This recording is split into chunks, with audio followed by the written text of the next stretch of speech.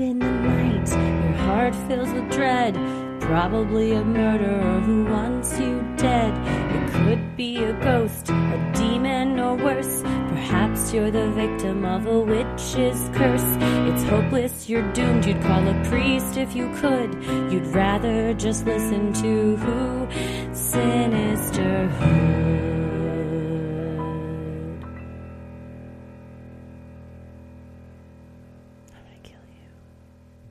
Hello and welcome to another edition of Freaky Friday, where we tell your odd but true stories. It is Friday, October 24th, and there's this Friday, and the next Friday is Halloween. We're a week out. It's 1 week away from Halloween, and 1 weekend away from being on our Crime Wave at Sea cruise. It's happening so fast. I know. I was thinking last night, I gotta get some cruise stuff.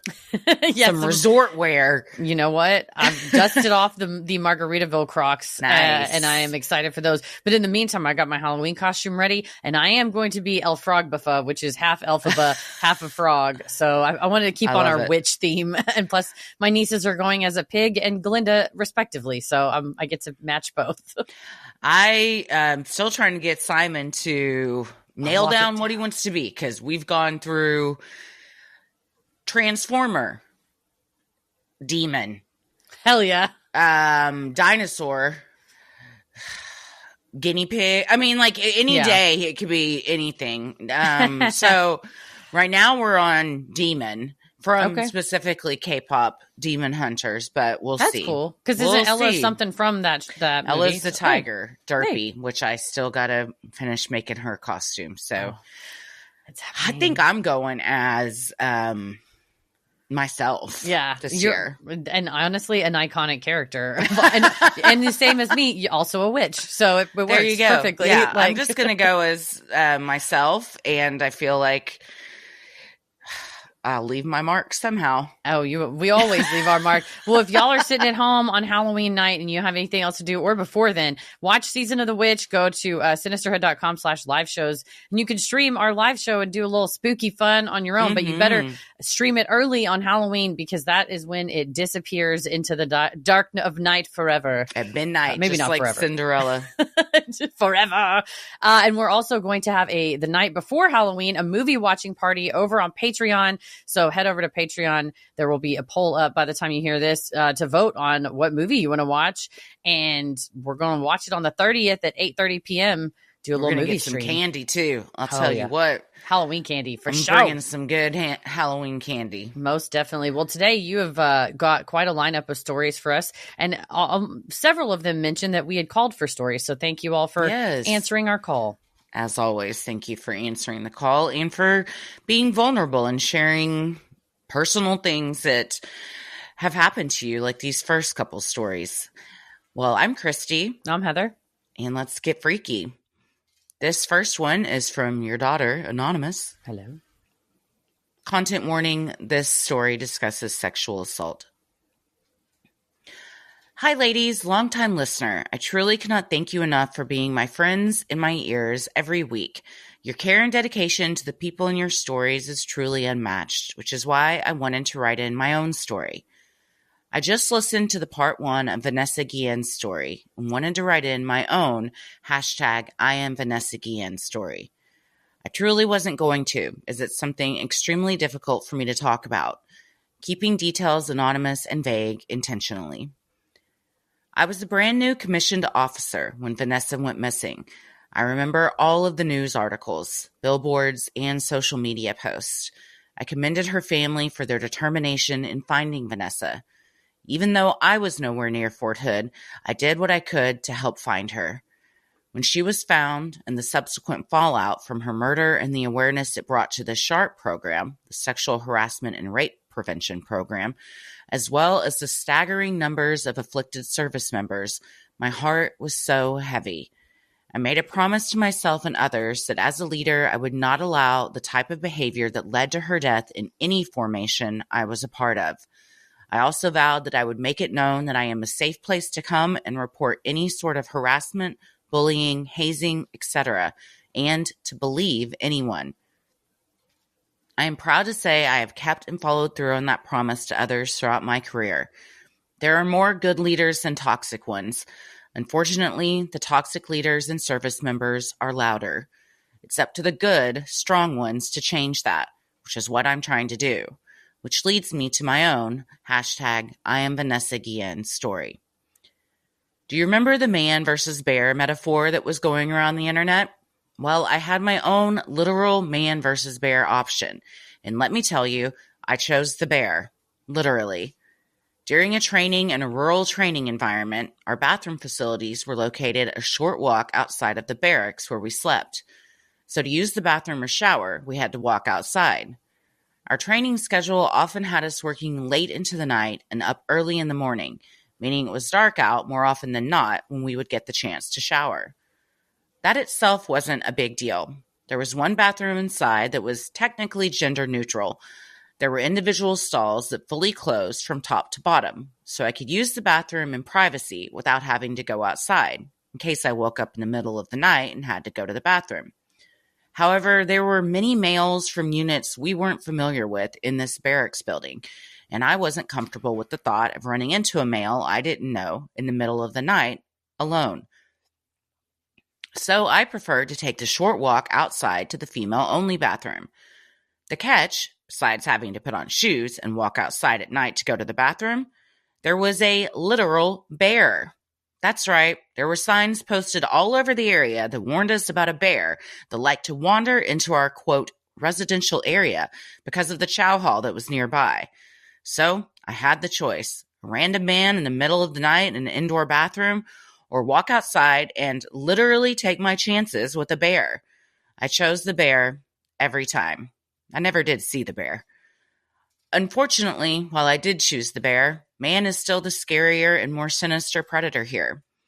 I was one of a handful of females at this training, which, when you look at the statistics of who reports, I had about a 25% chance of being harassed and about a 10% chance of being assaulted. However, those numbers are much higher. As you stated in your episode, 1 in 16 women will be assaulted, but up to 60% will not report. At the end of this training, I was assaulted. I did not want to be one of the 60% that don't report because I had made that promise to myself when Vanessa went missing that I would not allow people who commit such awful acts against another person get away with it. I reported the assault nearly right away, did everything right, went to the hospital, gave my statements to investigators, and went through the whole process. I'm not writing this submission for myself. I want to educate people on the ins and outs of this process from someone who has been there. Know the differences, at least in the Army, between a restricted and unrestricted report. A restricted report allows the survivor access to medical and mental health resources and to submit any DNA collected to the CATCH program, which helps identify unknown attackers. An unrestricted report prompts an investigation, allows for medical services and mental health access, as well as military protective orders. You can initially file a restricted report and then change to an unrestricted. However, you cannot go the other way around. You are entitled to a special victims counsel if you choose to open an investigation, which are military lawyers that specialize in sexual harassment and assault cases. These people are angels and take on an extremely difficult caseload. Use them. Do not talk to investigators without them, similar to not talking to police without a lawyer. They will ensure that you are being listened to, that you clarify any questions that investigators may have, and they make sure your rights as a survivor are protected. I'm still dealing with the emotional fallout from my own case, being looked at funny by others who belong to the same good old boy club, who blame me for ruining their buddy's career, even though the punishment that was ultimately decided on was an absolute joke. See previously mentioned good old boy club. I lost my job and have been working through the issues that had arose in my marriage. Thankfully, I have an amazing spouse who has been there with me every step of the way. I'm now on a path to my dream career as an ER forensic nurse, in which I can help people who went through what I did and be there for them on their worst days. If I hadn't lost my corporate job, I would not have had to do the hard reset that I needed to find this path. Thank you for giving me a space to share my story. Unfortunately, I am not the only one, and I won't be the last. But I want to make sure people are educated on their options for themselves, the friends and family in their lives, and the people they lead. The more awareness we bring to military sexual trauma, the more we destigmatize it. Survivors' voices deserve to be heard, their stories listened to. There truly is strength in numbers. I personally know and believe that I was not the first person my attacker assaulted, but I was the first who reported him. If you have been assaulted, I urge you at least to file restricted. No one besides the SARC will know. You can get help and help others. Thank you, ladies. Here's a photo of my fur children for your eyes only as a palate cleanser and pet tax. They were truly my emotional support animals throughout this whole ordeal. Well, I can see why they are very sweet babies, especially this first one with this little baby in his hands. Oh, man. Is that a golden retriever? Might be. Is that an otter in his hands, too? Oh! It's a little buddy. Two wonderful things, and this poodle looking very dapper. Very sweet. Well, thank you for sharing that story, my darling daughter, Anonymous. And thanks for that info. Like you said, the more options you have, the better. And so if you're at all, well, I don't know, maybe I should, maybe I shouldn't. It sounds like restricted. There really is no risk to it other than the SARC would know, but you would be able to, if you choose to pursue something later, you would at least on the front end get medical and mental health services, which is so vital. Yeah, it's hard to report, which is why 60% don't, because of that fear of retaliation, losing your job, not being believed, being stigmatized, all of those things that Anonymous mentions.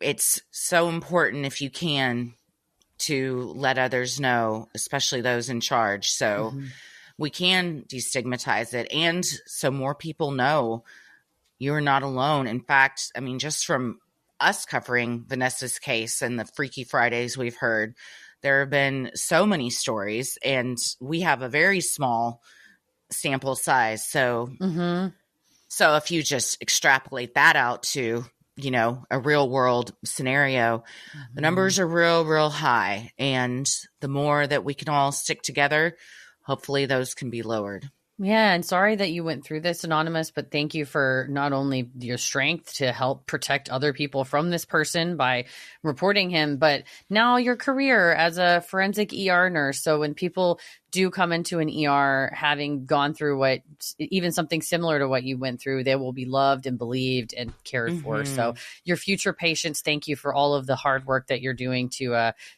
be on that path to your dream career. Because it's not, any career is not easy. Being a nurse is not easy, but being an ER forensic nurse is next level. So thank you for all the hard work you put in. Absolutely. And good on you for not letting something like getting fired from the military, I don't know if that's the words you use, completely derail everything, In fact, you fought through that, and now you have your dream career. And I imagine it is hard on a marriage or any relationship for all sorts of reasons. So I'm so glad you have a supportive partner and that you are such a supportive person yourself. Absolutely. Thanks for listening and for writing us in. I like whenever we hear from our listeners in general, but then to hear that we have such incredible, strong, brave listeners, it's, it makes me feel like we must be doing something right if somebody like you wants to listen to the show. So thank you. Well, I agree. Sinisterhood will be right back. You know what's frustrating? When your makeup feels like stage paint. Either it's heavy, cakey, or it takes 45 steps just to look okay. Half the time, I end up skipping all of it because I don't have the time or energy for all of that. For real. That's why I was very surprised by Jones Road Beauty. It's Bobbi Brown's clean makeup brand, and it's made for people like me who do not want a 10-step routine. I don't have the attention span for that. Their Miracle Balm gives you the dewy, glowy look, makes it seem like you're naturally radiant, even if, like me, you've had 2 hours of sleep and some cold brew for breakfast. I love it. I used it last night, wore it on the stream. I swipe on the balm, get their tinted moisturizer. You're out the door. Any of it can be used on cheeks, eyes, lips. It's dewy and not heavy, and it gives you just that like glow look where you feel confident and put together, but it doesn't take a long time, and it doesn't get all like caked into fine lines and stuff, which is always a concern for myself. Most definitely. Jones Road also has that full lineup of effortless skin first staples like the Just Enough Tinted Moisturizer. It's a lightweight formula that smooths and evens your skin tone with the perfect soft touch of coverage, hides redness, holler, red face over here. It looks natural and feels like nothing is on your skin. It's packed with skin-friendly ingredients too, so it keeps you moisturized without clogging your pores. Yeah, it actually improves your skin while wearing it. Instead of working against it, it works with it. Modern day makeup that's clean, strategic, and multifunctional for effortless routines. For a limited time, our listeners are getting a free cool gloss on their first purchase when they use code CREEPY at checkout. Just head to jonesroadbeauty.com and use code CREEPY at checkout. After your purchase, they'll ask you where you heard about them. Please support our show and tell them that our show sent you. Well, this next one is from Nikki and is called, quote, "It's Your Fault." And content warning, this story discusses suicide. Nikki writes, "Hey, I was listening to your podcast about Vanessa Guillen driving to work today, and you asked for some stories. I served 6 years in the Navy, and I was stationed at Fort Eisenhower, Fort Gordon, when I served. While I don't know if it's true or not, it was always said Fort Gordon had an unusually high suicide rate. When I was there, I knew of at least 10. A fellow sailor completed suicide because he was told that since he smoked weed, he would be dishonorably discharged. He would not have been, but he did not know that. The military is full of scare tactics, and this is one of them. After the sailor's funeral on base, all of the sailors were summoned to an all-call, and the chaplain spoke to us. Instead of talking to us about resilience or the tragedy that occurred, the chaplain decided to blame the death of the sailor on us. He said, 'This is all your fault. Each and every one of you. You should be looking out for one another, not letting each other commit suicide.' I was absolutely shocked, to say the least. I also knew the sailor who died and was devastated to hear it was my fault. I was old enough and mature enough to realize it wasn't, but it left a huge scar. After the chaplain's speech, we were released, and the very next day we had another all-call. This time the commanding officer, as well as different counselors, spoke and apologized. They told us it wasn't our fault, and if we needed to seek professional help, we could. This story is burned into my brain and something I'll never forget. It was one of the first times I realized I need to get the fuck out of the military." Wow, that is not at all comforting to hear from the chaplain. No. The first group setting that you're in after losing one of your own, to be told that is unforgivable. I mean, that's a moment. Oh, I mean, I would liken it to a form of emotional abuse, telling someone, a group of people, that they're responsible for the suicide of their colleague and friend is atrocious. And of course, Nikki, it was none of y'all's faults. And I'm glad that you were old enough, mature enough to realize that, but still being told that, even if your smart part of your brain knows that, it of course affects you. And as it would anybody, I'm glad the next day they were like, well, that was a huge mistake. Yeah. We got to fucking zip this up, but the damage was done. You can't unring that bell. And what a terrible tribute to the fallen soldier as well, to say, like, to blame his fellow sailors on something like, y'all shouldn't be letting each other, which is an antiquated term, commit suicide anyways. Like, anybody that was like, well, yeah, I know he's going to do that tonight, but it's going to happen. That's not how this works, chaplain. Come on. Very presumptuous to say that, to act, and act as if, like you said, the gentleman that passed away had said, I'm going to do this. It's going to be at this time because of this thing. When it sounds like he was nervous about his job and was been told an untrue thing about his discharge. But I hate to hear that there is obviously a lot of mental health issues, and suicide is a huge problem amongst our veteran community. But especially while they're serving, to think that being dishonorably discharged would be worth your life, when, man, let me just tell you, again, as an Army reject, not quite, but it's like, I don't think any of us would hear, I smoked weed and I was discharged, that in the modern age, you couldn't make a young person like that understand it back then. But anybody who's listening who might go like, oh God, it's a risk, I might get dishonorably discharged. Most of us won't even know about it. And it won't, your life is bigger than one job description that you had when you were young. So I hate to hear that. For sure. I try to remind everyone, don't make a permanent decision over a temporary problem, even though it might seem like an insurmountable problem at the time that you're never going to be forgiven or your whole life is going to be ruined. It won't. It will. It may suck for a while, but like in our first story, you found the path to your dream career after, being the survivor of a sexual assault. So things can get better. Certainly. That's a great way to put it, is don't make a permanent decision on a temporary, because the world's so much bigger than whatever job you're at or whatever. And fuck it, you might, God knows where you might end up, and you might end up, where you were meant to be in the first place. So thank you, Nikki, for taking that time to share this with us, and glad for you that you were able to get the fuck out. It sounds like, especially that base was not a great place to be serving at. And I hope it's currently not still suffering those same, those same statistics. And when you have a base or the military or any industry where the suicide rate is so high, everybody involved with that and over it needs to take a hard look with a big old magnifying glass and say, what is contributing to this? Because clearly it's something we're doing. 100%. Check the chaplain in this case, because it sounds like if someone went to him for help, I don't know that he'd be the best given this speech. Don't tell lies to people to scare them into things, but also how are people being supported when they report mental health problems? Do they not report because they're worried they will get discharged and then their dream is over? People whisper about you or whatever. But I having like Anonymous in the first story, having those commanders that go, not on my watch, we're running a clear thing, everything's above board, report it, and we want to do right by our people. I'm glad to hear that there are more leaders like that as well. For sure. Well, thank you both for sending in your stories. Sinisterhood will be right back. You've probably seen a million ads for hair growth products and thought, sure, like that actually works.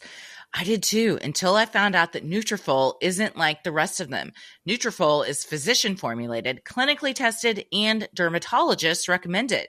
Nutrafol is the #1 dermatologist recommended hair growth supplement brand, trusted by over 1.5 million people. You can feel great about what you're putting into your body, since Nutrafol hair growth supplements are backed by peer-reviewed studies and NSF content certified, the gold standard in third-party certification for supplements. While so many supplements rely just on ingredient studies, Nutrafol clinically tests its final formulations using advanced hair measurement tools like hair counts and pull tests, so they can track real improvements in growth, quality, shedding, and texture.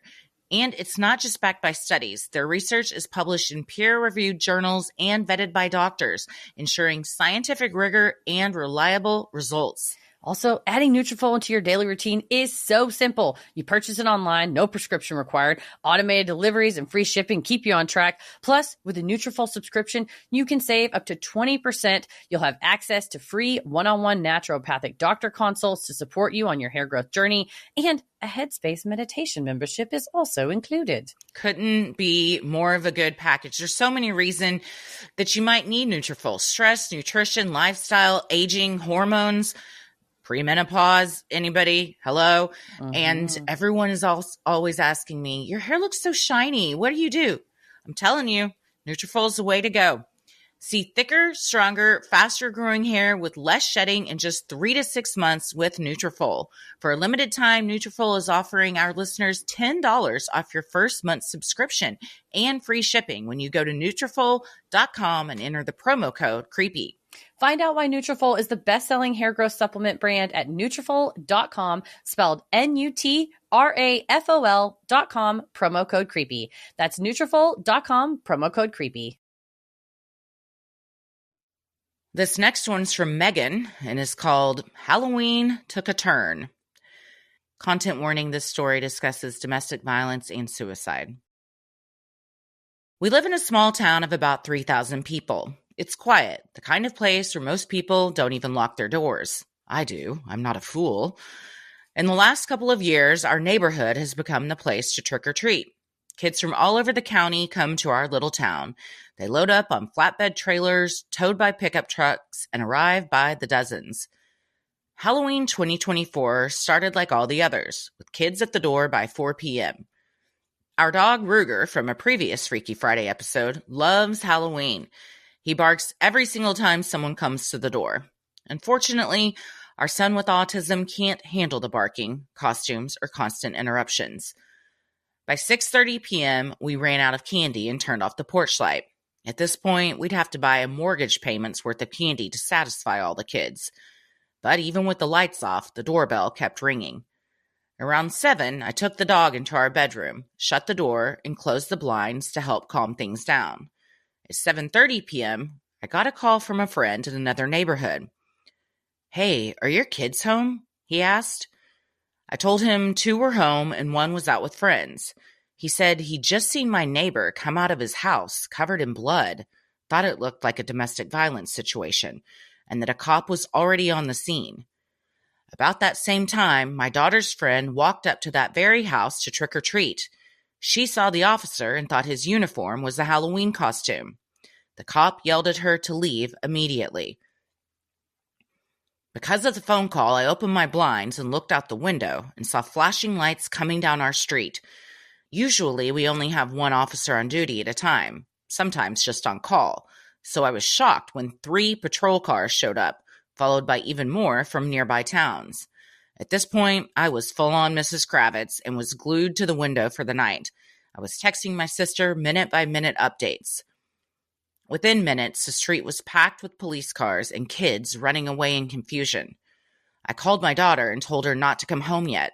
The street was blocked off.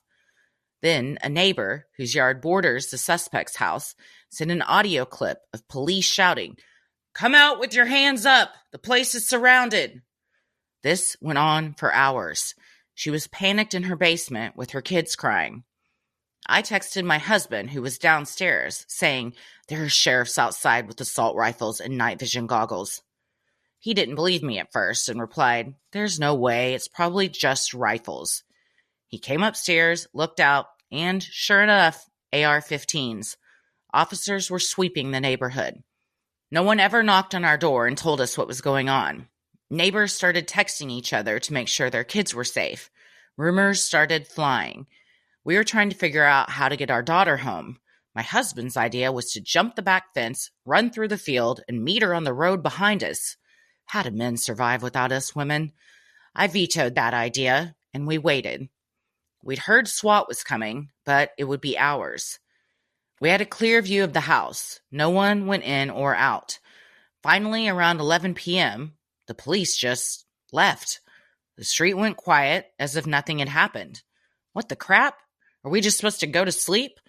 We quickly got our daughter home, stared out the window for a while, and finally went to bed. The next day, when I went for my morning run with Ruger by my side, I noticed 3 police cars still in the neighborhood, just parked farther back where they couldn't be seen. Other than that, it was business as usual. I ran past the house. No one said a word to me. It felt eerie and unreal. By 11:30 a.m., more police arrived again. They blocked off the road and evacuated the closest homes. Still, no one said anything to us. All the neighbors were texting, trying to figure out what was going on. At 12 p.m., 2 pickup trucks parked right in front of our house. The tailgate dropped, and a dozen SWAT officers in full gear began piling out. They were from a town about an hour and a half away. They walked 12 wide down the street toward the house, followed by sheriffs, local cops, and highway patrol. SWAT surrounded the home, broke a window, and sent a drone inside. After about 30 minutes, they went in. 15 minutes later, they came back out, but no one was with them. Then they placed a ladder at the first-story window and began entering and exiting through the window. At that point, we knew the suspect was dead. The next day, our police department posted on Facebook confirming it had been a domestic violence situation complicated by a language barrier. The first responding officer had managed to get the victim and her mother-in-law to safety outside. He learned that the husband was armed and had fired the weapon inside the home. The wife had life-threatening injuries and was transported to the hospital. SWAT didn't arrive that night because they were tied up with another call. The suspect was found dead from a self-inflicted gunshot wound the following day. I've passed that house thousands of times before this incident. I'd only met the husband once, when he yelled at me for walking my dog. I'd never seen his wife before. But now the wife has made a full recovery and moved back in. Her family is there with her. The house that was once dark and lifeless now has flowers on the porch, a bench, and laughter in the yard. It's a beautiful sight after such a tragedy. That is a very horrifying thing to happen on Halloween and it even says, thank you for including, Megan, thanks for including the Facebook post, because it even said it was all complicated by the fact that there were children in the area and they were having to calmly and safely evacuate the area and get the public out. When you have kids thinking, oh, that must be, Mr. Smith in a policeman costume, a very accurate policeman costume. Even the man running outside covered in blood on Halloween night. This is like Scream 2 when everyone thinks it's part of the movie and you're like, no, this is a life-threatening situation. Yeah. What a scary night of all nights for it to happen. I am so glad that the woman and her mother-in-law were taken to safety. Yeah, it looks like it was her mom in the Facebook post. But whoever it was, the victim did not get... She survived and lived. Yes. And it's a hard thing to reconcile, knowing that for close to 24 hours, your neighbor was dead in the house, that everyone was like, what the hell is going on over there? But I guess that's how eventually you do it, is you send a drone in to see what's going on, and once you get your answers, then you go in as the police. I hadn't thought about them doing that, but it makes sense. I know I hadn't either, because it does save you from, you still have to breach the door and whatnot, but it saves you from the officers from going in and facing down a suspect that's already proven to be very violent. So I'm sorry for everybody that was in the area that had to be a part of that, talking about the neighbor being in her basement with her kids, sobbing, hearing come out with your hands up and not knowing what's going on, who's over there. Luckily it was just the single person in the house, but especially if you're like, we don't know these neighbors. You don't know how many people are in there, what they've been up to, or any of that. It's just a lot of the unknowns that kept everybody so terrified. So I'm glad that none of the neighbors were injured, or nobody, the perpetrator didn't go out and hurt anybody else. And your poor daughter, to be separated. I get it though, for your husband, not a great idea. Yeah. But also, I would be like, I just got to get her back, because we don't know what's going on. You just want all your little ducklings at home. No, absolutely. But yes, running through the field when the police are in the area, probably not a great idea. No. And a man with a handgun too. Yeah. Let me just take off. But no, I understand the sentiment for sure. Damn. Well, thanks for sending that, Megan. Sinisterhood will be right back. Well, the kids had dentist appointments today. All is good, Nice. Which made me realize I need to make my dentist appointment, but everything's also going to be all good because I've been using Remy. Oh, yeah, you can't. Remy, same. I got my Remy right next to my bedside table. So if you're a part of the 30% of Americans who grind their teeth, then your smile needs protection. And there's no better solution than Remy's Custom Fit Night Guard. Both dentists and teeth grinders recommend Remy because a custom fit night guard is the best way to protect your teeth. And Remy is 80% less than the dentist and way easier. It's so much easier. Here's how it works. You receive your impression kit straight to your door. Remy gives you step-by-step instructions to get your perfect impression. Remy then ships your custom fit night guard made in the U.S. in Las Vegas. Then you get your night guard back and you start protecting your teeth. You don't have to worry about that clenching and grinding.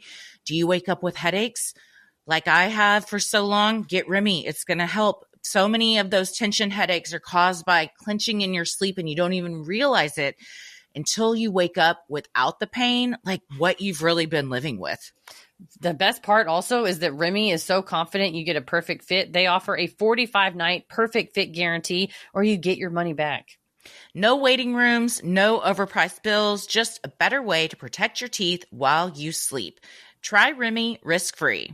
Go to shopremy.com/sinister and use code SINISTER to get up to 50% off your night guard at checkout. That's 50% off at shopremi.com/sinister with code SINISTER. Thank you, Remy, for sponsoring this episode. This next one's from Tessa, and the subject line is Ask and You Shall Receive, a Haunting in New Hampshire. Hi, spooky mommies. It's the most wonderful time of the year, and I'm answering your call for spooky stories to get us into the Halloween spirit. So buckle up because this one's a doozy. I'm from New England, land of old houses, foliage, and blind loyalty to our regional sports teams. While I believe in ghost spirits and otherworldly beings, I'm not particularly sensitive to them, so the experience I'm about to share was unusual for me. I went to college at the University of New Hampshire, UNH, and moved to an off-campus housing my sophomore year. Having been founded in 1866, a lot of the off-campus housing at UNH is old colonial-era houses turned apartments. My apartment was in one such home. A quaint yellow house built in the 1800s at the end of Main Street that had been converted into 4 apartments, 2 upstairs and 2 downstairs. My Craigslist roommate and I were the first tenants in the house and moved into one of the upstairs apartments. Our apartment was the only one that was occupied for the first few weeks of school, but it didn't take us long to realize that we weren't alone in the house. It started small, doors opening and closing on their own and banging from other rooms that we explained away.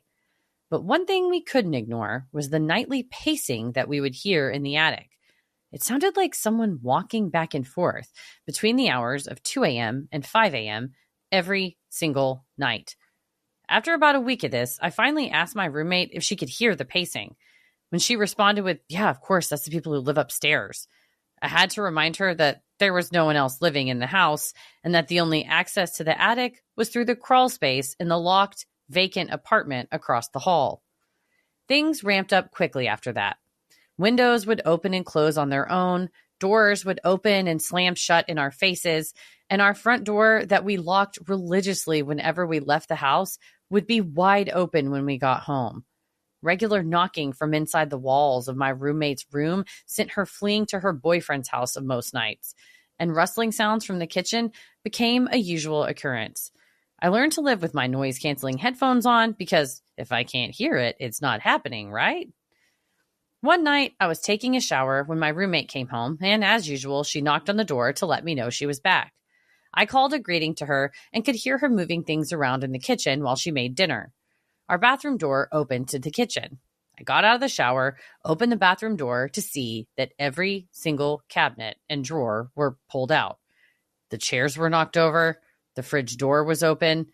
Our front door was locked, and my roommate wasn't home yet. The best way I can describe it is that scene from The Sixth Sense. I wish I was exaggerating. That night, I spoke to the spirit. This before I knew any better. And I told them that this was their house and I was only borrowing it. I appreciated them letting me stay here, and I promised to take care of their home and leave it as I found it. That night, I had a dream where I was standing in my candlelit living room. Every person we had ever had over to our apartment was standing with me, looking down. The only person who wasn't standing was the only one I didn't recognize. Huddled in the corner was a little old woman with pure white eyes, like she was missing the irises. Our eyes met, and I jerked awake, knowing with full certainty that this was the ghost. Things stopped happening to me after that. They didn't stop for my roommate. My roommate had an intense and negative energy to her, and she'd been the primary target for the spirit since we'd moved in. I'm not saying that any of this was her fault, but I certainly don't think her personality did much to endear her to the spirit. One night, she was banging around our kitchen, raging about the ghost in the house and how fucked up it was that the leasing company wouldn't let us break our lease early because of it. Yes, of course, we had tried to break our lease when things got bad. Mid-rant, a big purple bowl flew off the counter and shattered at her feet. There was no draft, no water on the counter. The bowl wasn't close to the edge. Nothing gave us an explanation for why this had happened. She moved out the next morning, and I got to live alone in peace and quiet for the rest of the semester.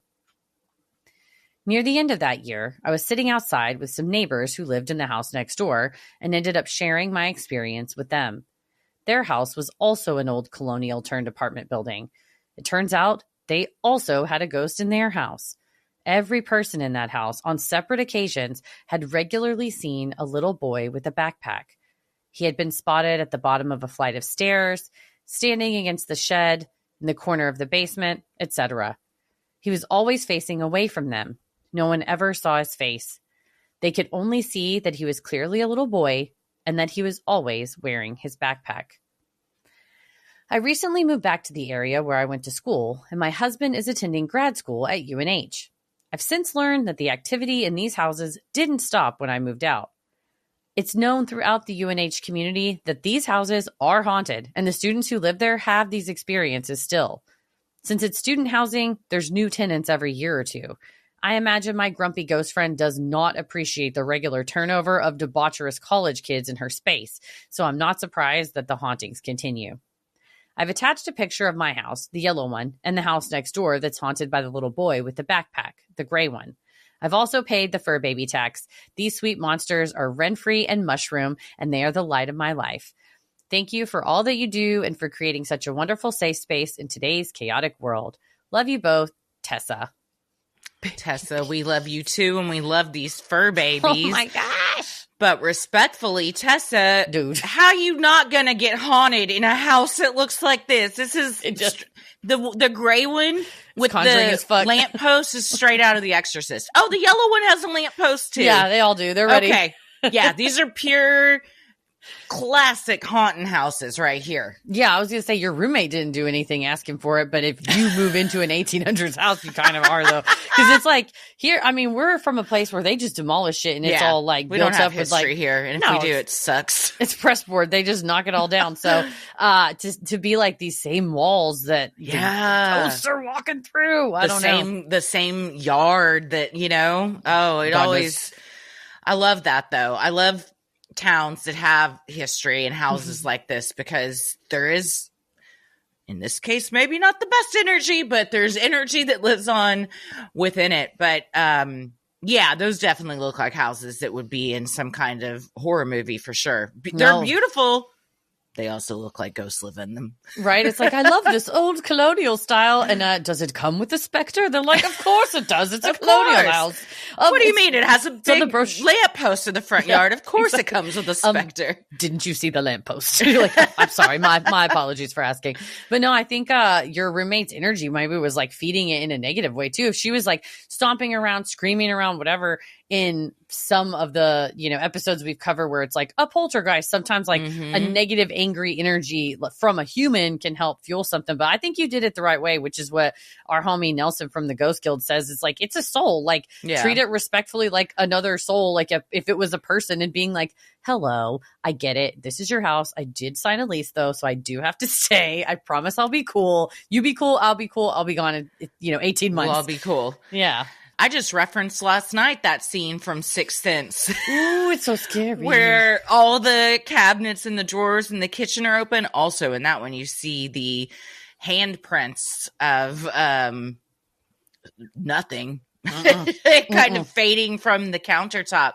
But I know exactly what you're talking about. And if you're in there showering and you think your roommate is home making dinner that you've been talking to through the door, and then you walk out there, and that is not the case, dude. How you stayed another night in that house, you're braver than I could ever be. Seriously, to open it up and all that shit's open like that?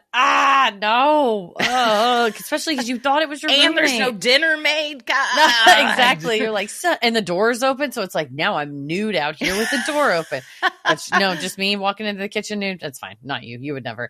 But I'm glad that you're back in New Hampshire. It looks like a beautiful area. Oh, yeah, dude. So there's probably plenty of, that's a good thing about New England. I feel like there's plenty of haunted places up there. Yeah, you'll find another haunted place. Also, maybe go knock on the door of your old literal haunt and be like, you guys had any experiences here, specifically an older woman with just white eyes, and maybe so, your homie will make an appearance. Like, hello, I missed you. Yeah, tell you hi. Yeah, and then if they said they did have experiences, go, it's sinisterhood.com/Freaky Friday. Right. Yes, please send it in. And then eventually we'll be like, can we go do an investigation at this house? Let's do an overnight and see if we can get some cabinets open, baby. Well, thank you for sending that in. Sinisterhood will be right back. Shopping, planning, and cooking food really can be simple and stress-free. Imagine having your weekly shopping cart filled for you and your meals for the week decided on already. Taking all that work off of my plate is why I love Hungry Root. Oh, man, it sounds like a dream come true. So after trying it myself, I was honestly surprised by how easy it was. Hungry Root fills your cart for the week with meals and groceries that make sense for you. And they're actually meals that we all want to eat in this family. There's everything from salad kits, smoothies, and supplements to ready-to-eat meals and tons of stuff the kids will eat without complaining. All of Hungry Root's recipes can be made in just 15 minutes or less. With over 15,000 recipes shipped each week, there's something for every taste and nutrition preference. Whether you're gluten-free, dairy-free, high-protein, focused on gut health, or anything else, just take a quiz and their smart cart technology recommends groceries, recipes, and supplements tailored to your tastes and needs. Hungry Root helps you save by reducing food waste, avoiding impulse grocery buys, and skipping last-minute restaurant takeout. Their best price program ensures you get great value on over 100 popular products. And with our offer, you'll get a free item like a premium protein, veggie, or sweet treat in every box for life. A free treat every box for life. For life. A free treat for life. That's my love language. I love a treat and I love Hungry Root. I do that. The quiz is great because I am gluten-free. I work with a nutritionist, so I'll be like, what should I be eating? What should I not be eating? What can help my stomach, make me feel better? What do I just crave? And Hungry Root has learned my taste, so it will offer me things that I didn't even think to add, that I'm like, I could have just wandered around a grocery store and would not have seen this. So I love that, that it caters to me because I'm a princess. I need to be catered to. I've never had anything from them that I don't like. I would recommend everything I had. It's great. And 15 minutes or less, also clutch. Absolutely. Take advantage of this exclusive offer. For a limited time, get 40% off your first box, plus get a free item in every box for life. Go to hungryroot.com/creepy and use code creepy. That's hungryroot.com/creepy, code creepy to get 40% off your first box and a free item of your choice for life. hungryroot.com/creepy, code creepy. Well, this next one is from our pal Doug in Australia, and the subject line is Tear in Space Time. G'day, ladies. Doug the Truckie from Australia writing again. I'm absolutely loving the Freaky Friday episodes. It's fascinating hearing all the amazing stories about people's wild experiences. I was excited to hear my UFO encounter on episode 184. I'm glad you found it interesting enough to share on the pod. I have another true story for you. This one is a bit different. It actually happened to my dad when he was a young boy growing up in Melbourne, Australia. So, in the 50s, my dad was living with his family in a new suburb of Murrumbeena in Melbourne. Unlike the huge metropolis Melbourne is now, back then it was made up of smaller suburbs with lots of farmland and open space between. The story from him goes that one day he was out and about just playing and exploring the area as kids do, or at least used to, when he came upon an open paddock or field, a large expanse of wild grass, gum trees, etc. In the field, there was a group of Aboriginal people.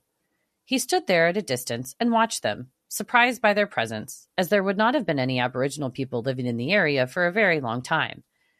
He told of the men walking off as a group with their spears, the women gathered together, busy with some task at hand, children playing. There was also a fire burning. He stood and watched, captivated by the scene. Nobody looked at him or seemed aware that he was there at all, watching at a distance. Then he realized it was silent. No sound at all was emanating from them, from any of them. A scene that should have been full of chatter, of playful sounds, of crackling fire, was dead silent. It was like watching a silent film being projected onto a giant invisible screen. Eventually, he returned home and told his mom, my beloved Nana, what he had seen.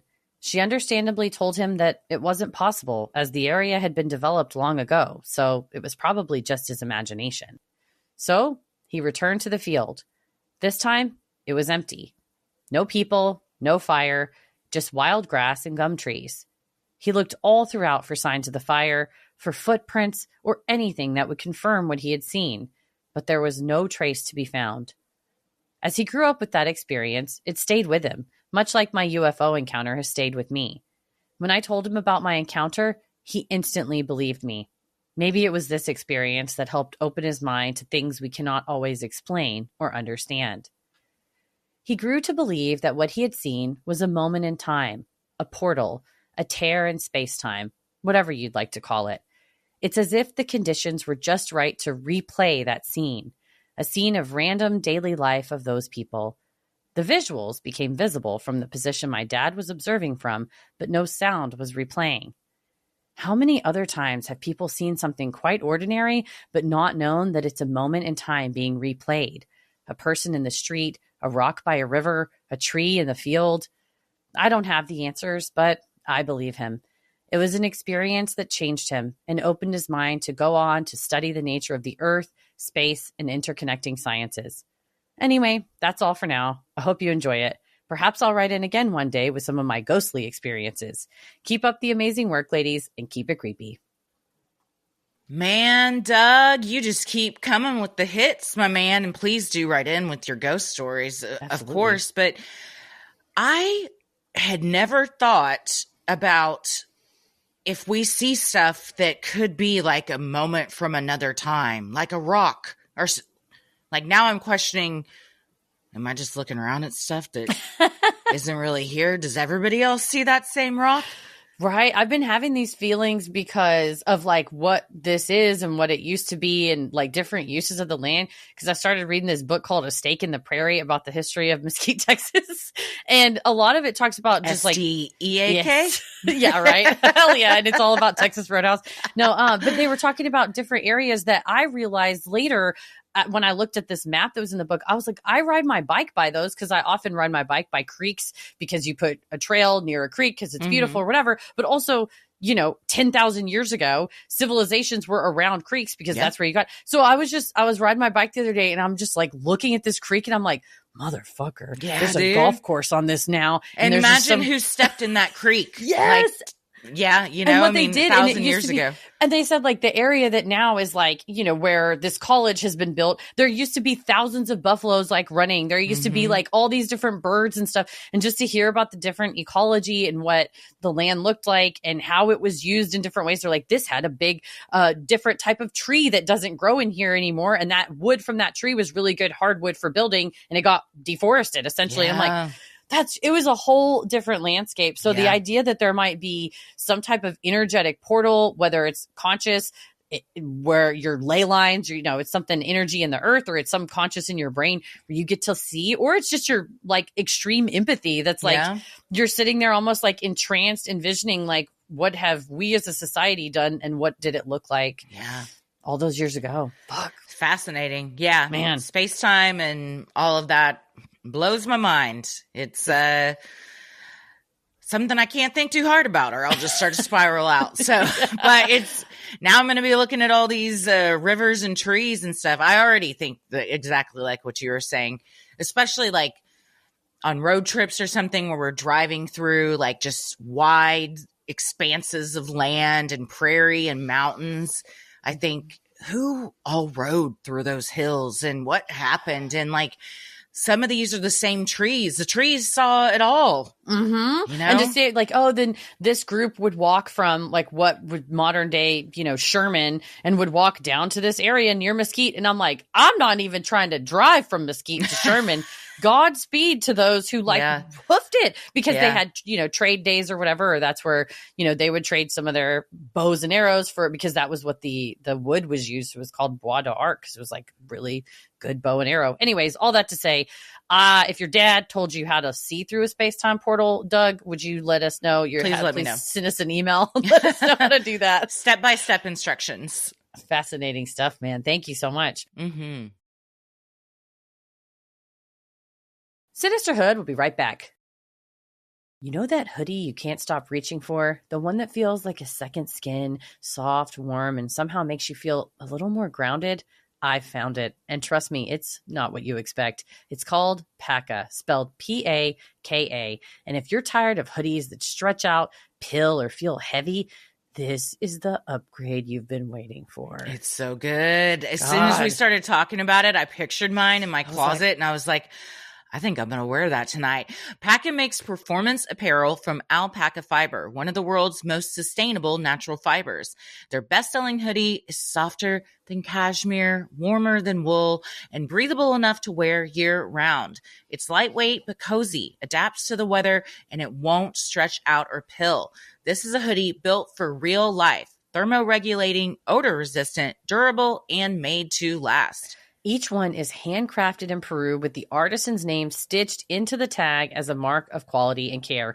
Over 100,000 people have already picked up the PAKA hoodie, not only because it feels amazing, but because it's made sustainably and ethically from traceable alpaca fiber while supporting the communities that create it. And like you said, yesterday morning, it was like a nip in the air, but it was, it's not like freezing outside. And I was like, oh, I'm wearing this baby today. And when it slides on you, it is like a hug. It's so soft. And I was just like, I can live in this. Yeah, it's and when you live in a place like Texas where it can get hot, but it's also, the cold is like a mild cold. It's perfect. It's perfect for layering, wearing by itself. If you're in a hotter climate, it's just the perfect hoodie. And I can't wait to go slide into mine in a minute. And it's beautiful too. I got the one that's in green, and yours is, what color is yours? Navy. Yeah. And they have multiple colors to choose from. Other colors. So I feel like you could also get multiple ones and dress them up, dress them down. Yeah. And absolutely. It feels good. Right now, when you order a PAKA hoodie, they'll throw in a free pair of their alpaca crew socks, also so very soft and comfy. They're maybe the only thing better than the hoodie itself. These socks keep your feet dry, resist odor, feel insanely cozy, and even come with a lifetime guarantee. If you've been waiting to upgrade your hoodie game, this is your sign to do it. Grab your PAKA hoodie and free pair of alpaca crew socks. To grab your PAKA hoodie and free pair of alpaca crew socks, head to go.pakaapparel.com/creepy and use our code creepy. That's go.pakaapparel.com/creepy and enter code creepy. Well, this final one we've got is from Brandy B, and the subject line is UFO sighting update. It happened again. Uh-oh. Hi, ladies. I wrote in not long ago about seeing 3 UFOs in 4 months, March to July. I was so excited about my story making it on the show that I shared it with my close friends and family with the disclaimer of, I know this sounds weird, but my mom, sister, dad, and cousin were all on board with my paranormal experience. My stepdad, not so much. Last weekend, he and my mom came to stay at my house, and he told me that I probably saw a drone. I was emphatic that it wasn't. But how could I prove this? I was alone every time I saw the light in the sky, whom my husband, let's call him N, and I now refer to as my friends. That is until yesterday. There, me and N were, driving west down Highway 12 from our small town toward Berkeley for a concert, chatting it up and talking about life. I was driving, and he was playing DJ per usual, when I saw the light. Again! I stared. A plane? A drone? No. I pointed, speechless. It had appeared out of nowhere, this time a more horizontal oval shape, shining in the clear, bright blue sky. Had not rained and wasn't going to, and there were no clouds, not one little cloud in sight. As I pointed and started to tell Ed, there it is, it was gone, vanished and disappeared into nothing. Did you see it? It was there, I exclaimed. He did not. Ever calm and logical, he said, you're the only one that can see it. I asked again if he was sure. I pointed to where it was and described what I saw. He told me he was looking at the sky, same spot and no bright light. I was shook. Seriously? This happened when I was with someone on a different road, a different town, different direction, different time of day. I had all the questions and instructions you gals had given me in my head for tracking my sightings. And there it was. And I alone had seen it. N said that some people can just see these things and equates it to seeing into an unseen realm or akin to seeing a ghost. You guys, I don't know what is going on, but this is getting stranger and stranger. Any new theories? Well, this dovetails nicely with the one right before this. Perhaps, Brandy, you are just seeing another thing, but pragmatic Capricorn Christy is here to weigh in and say, also go to an eye doctor and maybe a neurologist. And I'm not being funny because you never know what can happen. Then you're like, oh, that was actually, maybe I should get this looked at if nobody else can see this. And if they're like, no, you're good to go, you're like, all right, cool. Well, I get to see aliens, and that's dope as fuck. Yeah, go make your neurologist appointment, make an ophthalmologist appointment, and then get the book UFO of God by Chris Bledsoe. Because that's kind of like, it was his problem too, is that he would be driving with someone and it's like, you can see that big yellow orb, right? And then sometimes people would be like, you just blinked. Like he would think something had lasted a really long time and then it wasn't. And then eventually later on, other people in his family and stuff have been able to see it. His daughter is quite active on TikTok now and shares a lot of pictures, videos and stuff like that from her family and their experiences. But that's kind of his story from going, I'm crazy. Like I'm losing my mind. Something's wrong with my brain, but definitely rule out like, truly like, not quite like a floater, but something similar, like any kind of ocular interference. Like you want to know about that. And once that's clear, then, and at least, if you have the appointment, you can read the book in the waiting room. There you go. It's like when people have a lot of paranormal reports, people tell them, check your carbon monoxide detector because like stuff like that really can make you kind of hallucinate.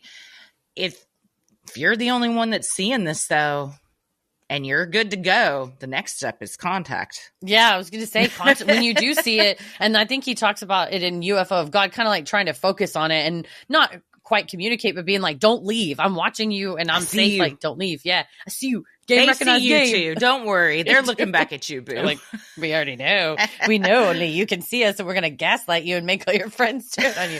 No, I'm kidding. We believe, at the end of the day, at least we believe you. But definitely, that's why we our second shout out to our friends at the Ghost Guild. But that's why we like it, is it's not denying the potential of a paranormal experience to rule out earthly things, and so it actually helps bolster your experience. So by merely ruling these things out, on best case scenario, there's nothing wrong. Worst case scenario, you need glasses or something, and that's fine too. Well, yeah. As far as new theories, that's it. Keep tracking it if it happens, for sure. And write them down, like dates, times, and locations, just to have, in case you do, report it to, I don't know, some sort of UFO organization. Yeah. You got to call MUFON. Get them on the case. Somebody. Yeah. Well, thank you to everybody who sent in your stories for Freaky Friday. We so very much appreciate it. If you have an odd but true story, maybe you've encountered Bigfoot, you've seen a UFO, you had a brush with true crime, or you felt the presence of an otherworldly being, send them in at sinisterhood.com/Freaky Friday.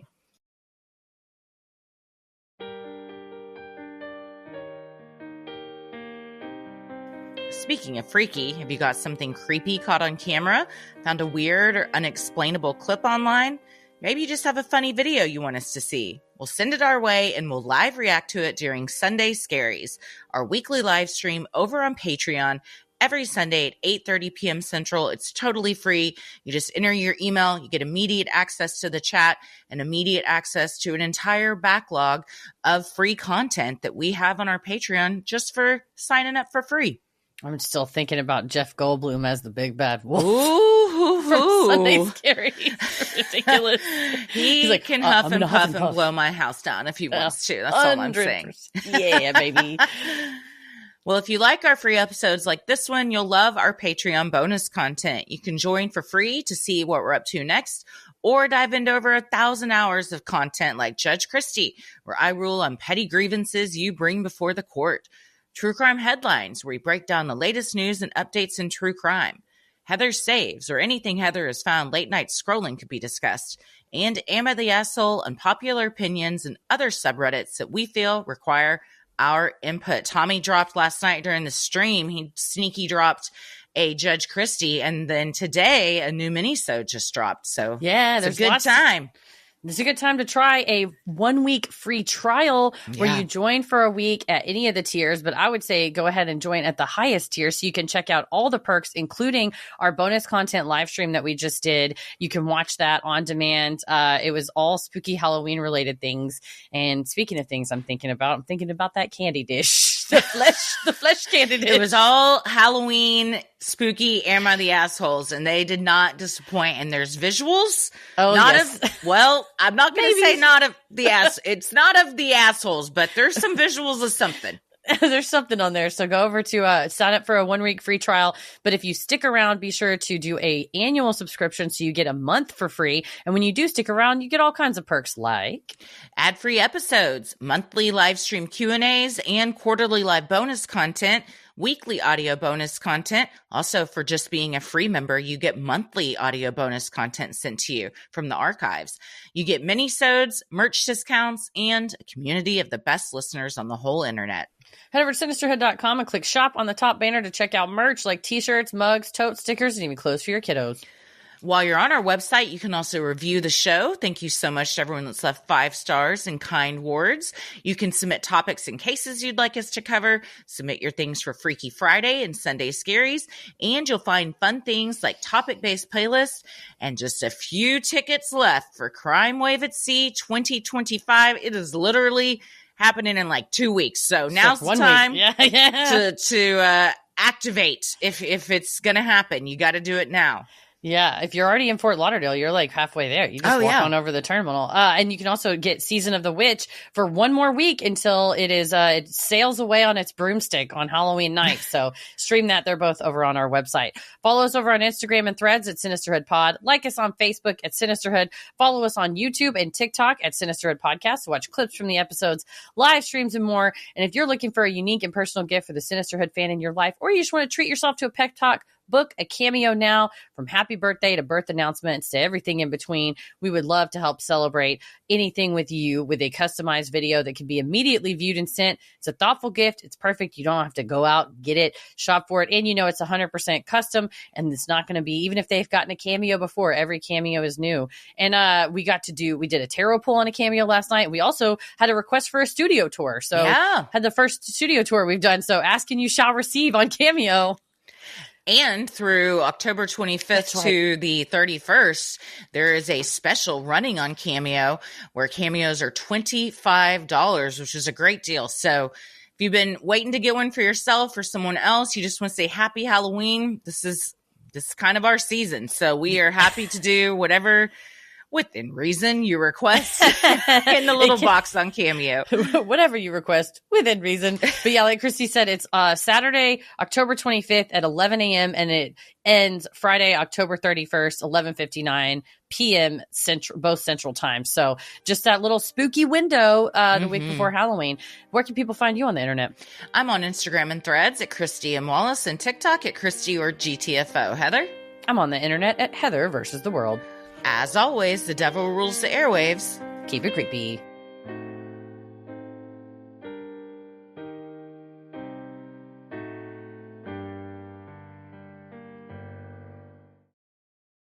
Sin